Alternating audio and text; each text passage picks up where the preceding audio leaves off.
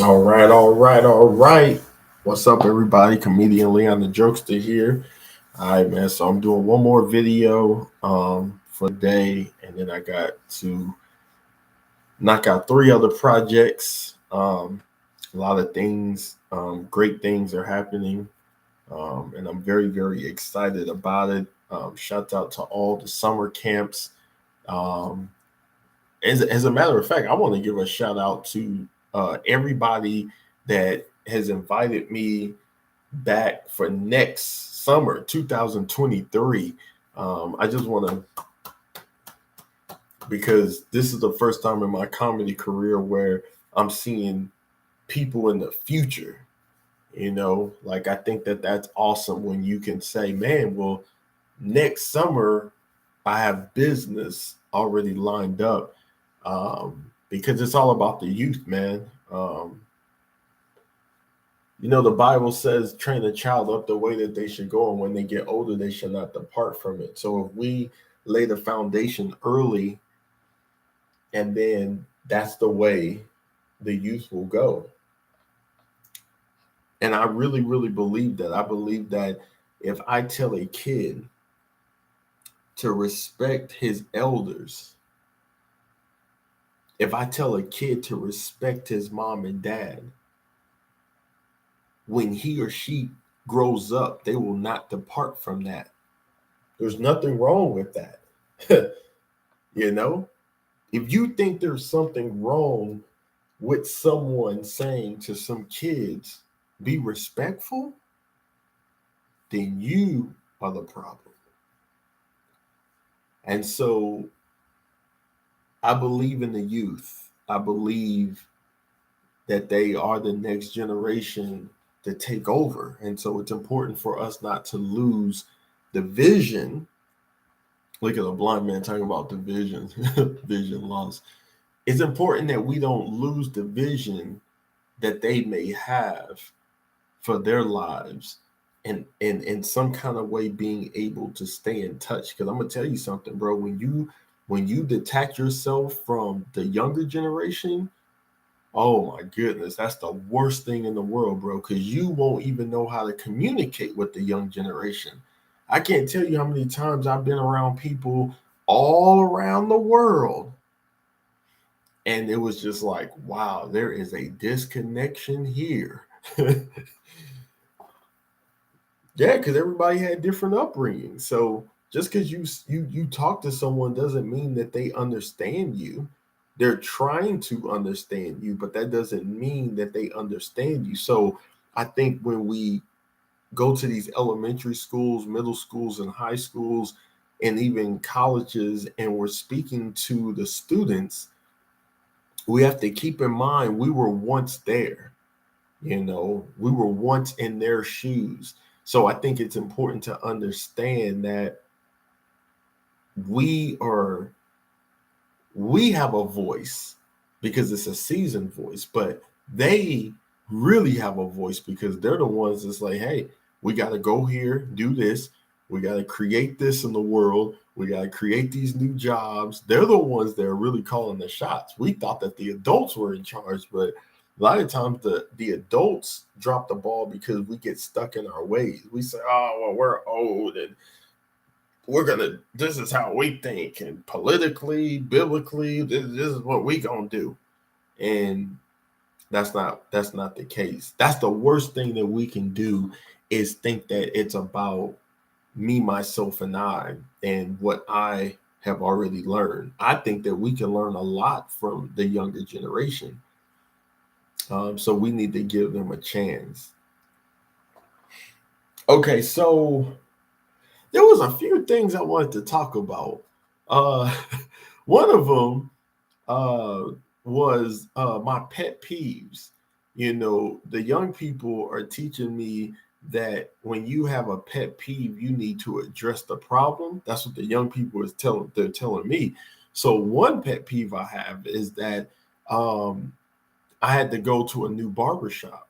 Yeah, I recently switched, and I had been going to this barbershop for years, but it's just not working out. I had to address some things, and Me being vision impaired, I think is still very disrespectful. People are handing me a mirror at the end, and they're not paying attention because they're disengaged. You try to talk and they don't even hear what you're saying, and then when you say one thing, then they're not really responding. You're just kind of like, okay, it's time to move on. Sometimes that happens, bro. Like there's like this is a free world, free country, free America. You can go wherever you need to go. And I say, why suffer somewhere when you could just say, I'm not going to go back there anymore? No harm, no foul. So that was one of my pet peeves, you know what I'm saying, is that, I don't like it when people push my hairline in back like LeBron James. I don't like that. I don't like it when people, think that they can bake me a cake when I really needed an apology. I don't know. So going back to what I was saying earlier, because I had a plan with this video. I wanted to talk about comedy, success, and capitalism. Okay, that was just a warm up, little introduction. So with comedy, people have been asking me, Leon, like, how do you define success in comedy? How do you see comedy falling under capitalism? And so, how do I find success in comedy? I find success in comedy when you're doing it for you, when you are sitting down writing material that fits your personality, and you're not concerned about, well, is this crowd gonna like it? Is that crowd not gonna like it? The reality check is all stand-up comedy is a presentation. It's a performance. And so once you sit down and you put that pen to paper and you say, this is what I'm gonna talk about, this is the joke, I hope you like it, this is what it is tonight. And so sometimes, people are satisfied. And then other times people say they didn't like it. Now, how do you build your fan base? You probably do need to make sure whatever you do right is hilarious.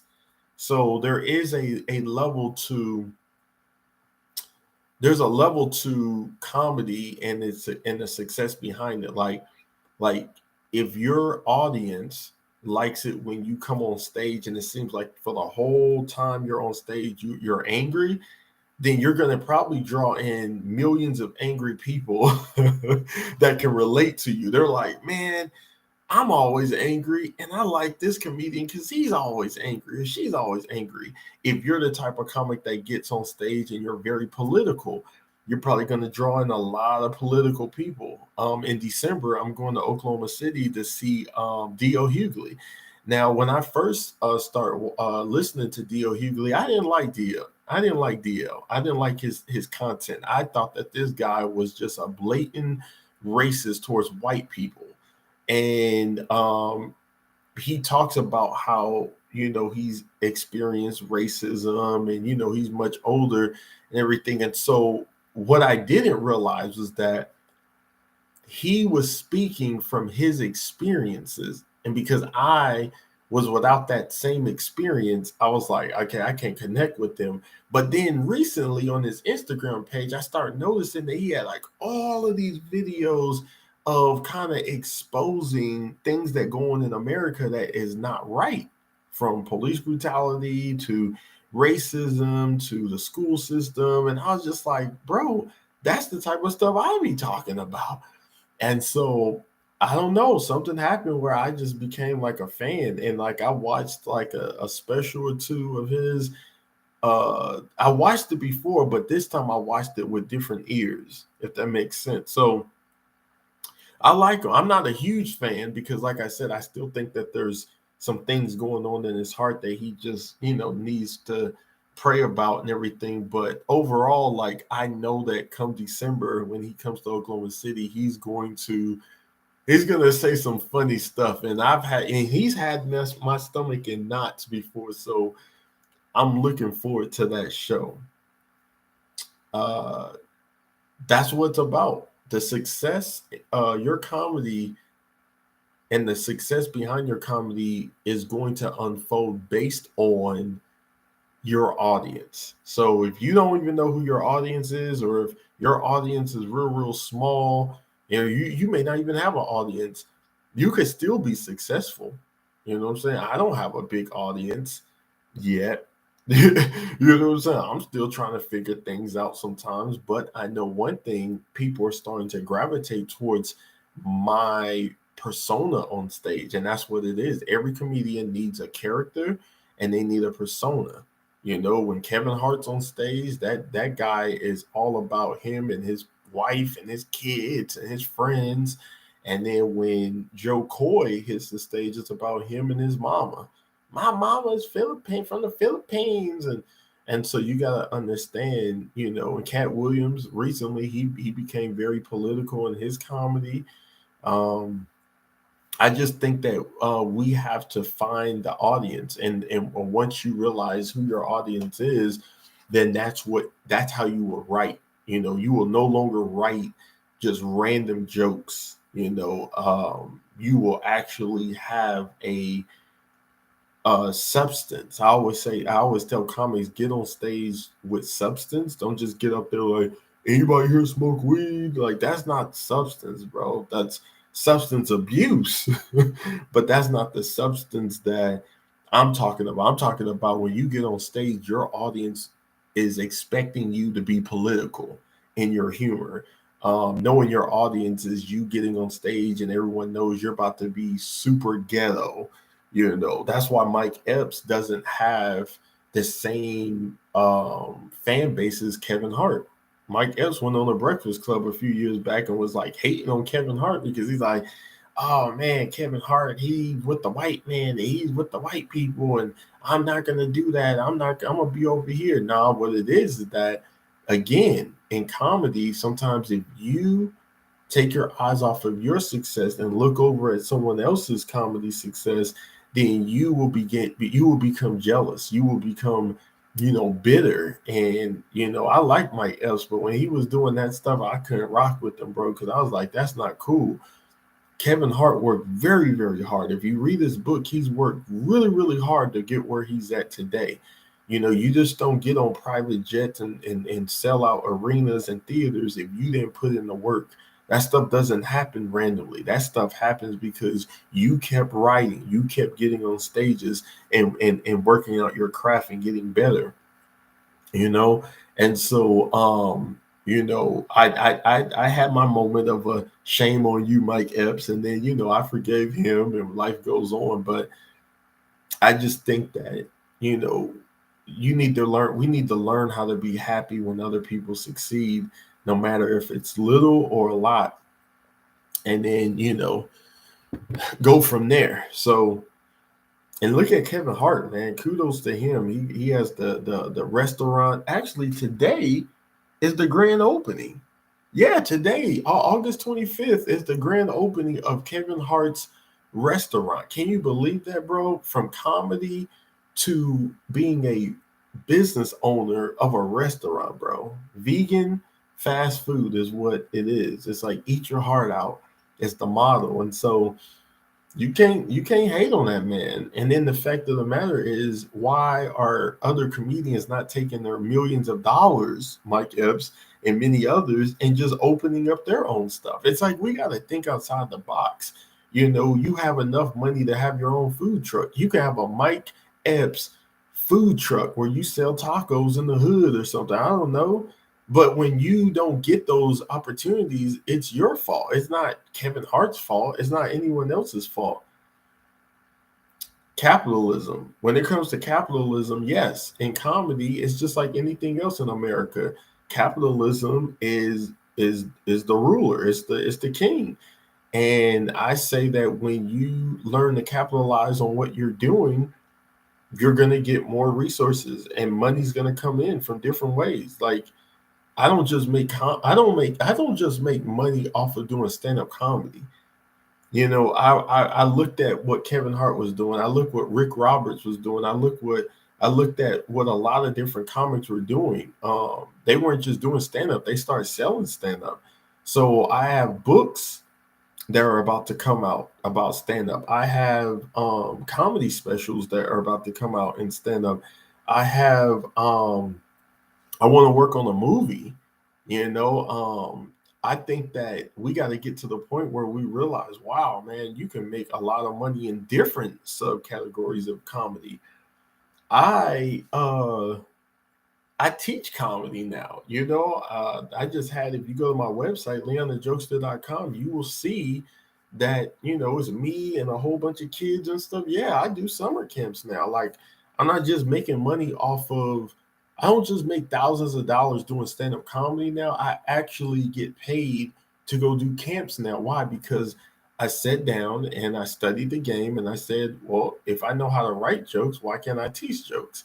And then there you go. There's the capitalism behind it. There's nothing wrong with it. Everybody in America that has a successful story of opening up a business believes in capitalism.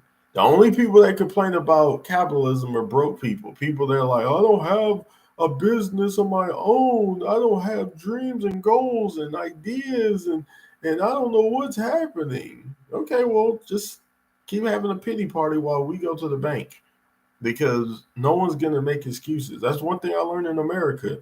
You can't sit back and just be like the racist man, the white man this, the white man that, or be and make excuses, bro. Like, the reality check is you have talent. Everybody's not gonna agree with your talents. Everybody's not gonna give you the opportunity, but you can't sit up here and make excuses.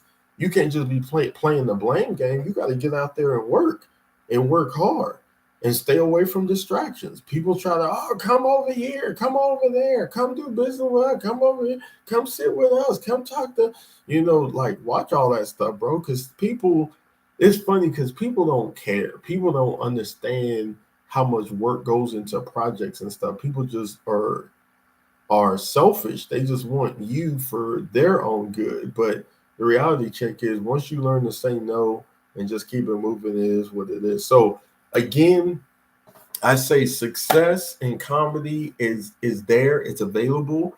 Don't pay attention to what the next comic is doing, because their life is their life.